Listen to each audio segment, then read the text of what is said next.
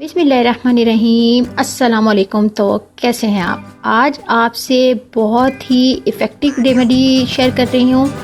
तो इससे पहले आपको मेरे चैनल को सब्सक्राइब करना होगा। तो आज मैं आपको जो बताने जा रही हूँ वो नुस्खा है पेट की चर्बी कम करने के लिए। इसके लिए आपको ज़रूरत होगी 3 चीज़ों की: शहद, नींबू का रस और गर्म पानी।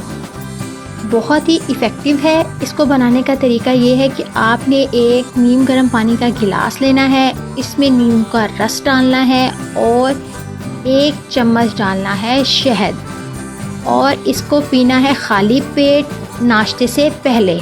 इसके रिज़ल्ट बहुत जल्दी आएंगे और आपकी पेट की चर्बी कम हो जाएगी।